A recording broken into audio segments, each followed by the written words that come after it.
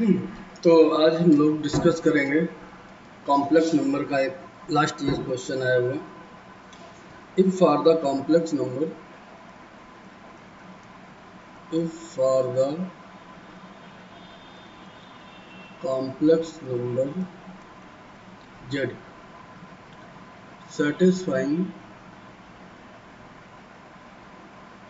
satisfying mod of z minus 2I less than or equal to 1, the maximum value आप हमें बताना है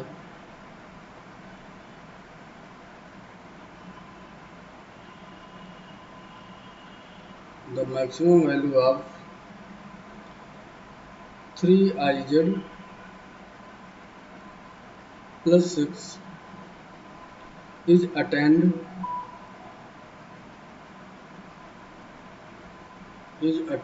at a plus ib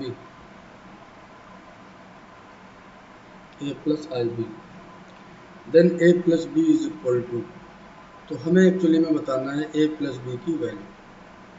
ठीक है, ये क्वेश्चन। अब इसका ये भी मतलब है कि a प्लस बी मतलब a और b हम निकाल के बता दें, तो a और b बता देंगे तो वही हमारे पास क्या हो जाएगा, उनको ऐड करके बता देंगे, आंसर आ जाएगा। ठीक, तो कैसे करेंगे? तो अगर क्वेश्चन ध्यान से पढ़ोगे तो इसमें क्या लिखा है। पहला जो हमें पास गिवन है, जेड किसको सेटिस्फाई कर रहा है? जेड, इसको ऐसे लिख लो 2 + 2 आयोटा लेस देन और इक्वल टू 1। तो तुमको मालूम है ये तो एक सर्कल की इक्वेशन होती है जिसका सेंटर क्या होगा, जिसका सेंटर होगा 2 2 और जिसकी रेडियस क्या होगी, जिसकी रेडियस होगी 1। आई बात समझ में? ठीक है, तो जेड कहाँ पर है? जेड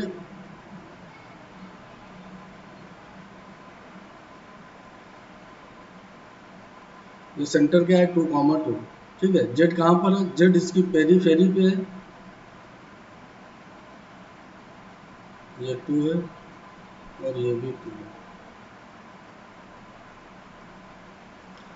और इसकी रेडियस कितनी है? रेडियस है 1। मतलब ये वाली डिस्टेंस अगर हम बात करें, ये वाली डिस्टेंस कितनी है? 1। जेड क्या है? जेड इसकी पेरीफेरी पे होगा या फिर इसके अंदर होगा। अब उसने बोला है हमसे the maximum value of 3iz + 6, तो इसी की मैक्सिमम वैल्यू निकाल लें, है ना।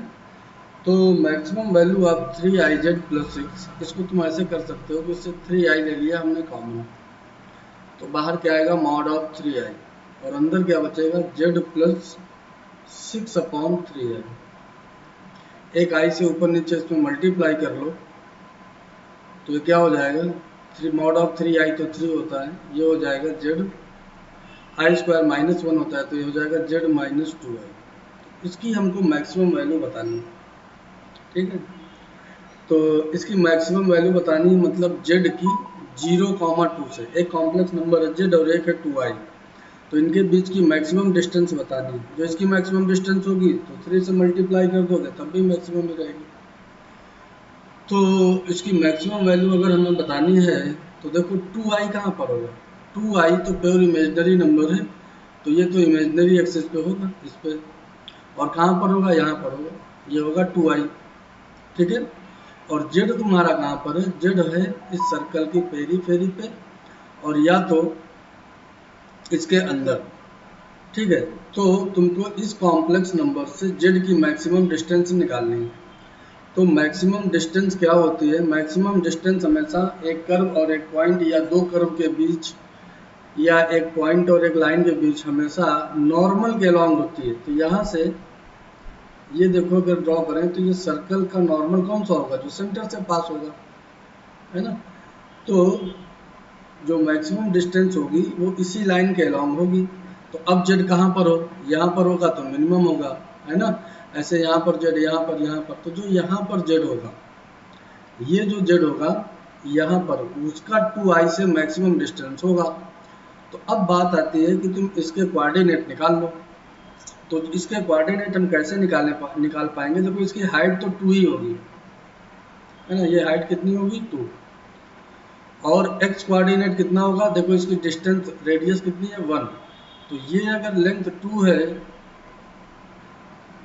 तो ये लेंथ रेडियस के बराबर हो जाएगी 1 के, तो इसका x कोऑर्डिनेट कितना हो जाएगा 3 और y कोऑर्डिनेट कितना हो जाएगा 2। तो z मैक्सिमम डिस्टेंस जो आएगी हमारे पास वो क्या आएगा, maximum a plus i b जो था वो हमारे पास क्या आ जाएगा 3 प्लस 2 आएगा।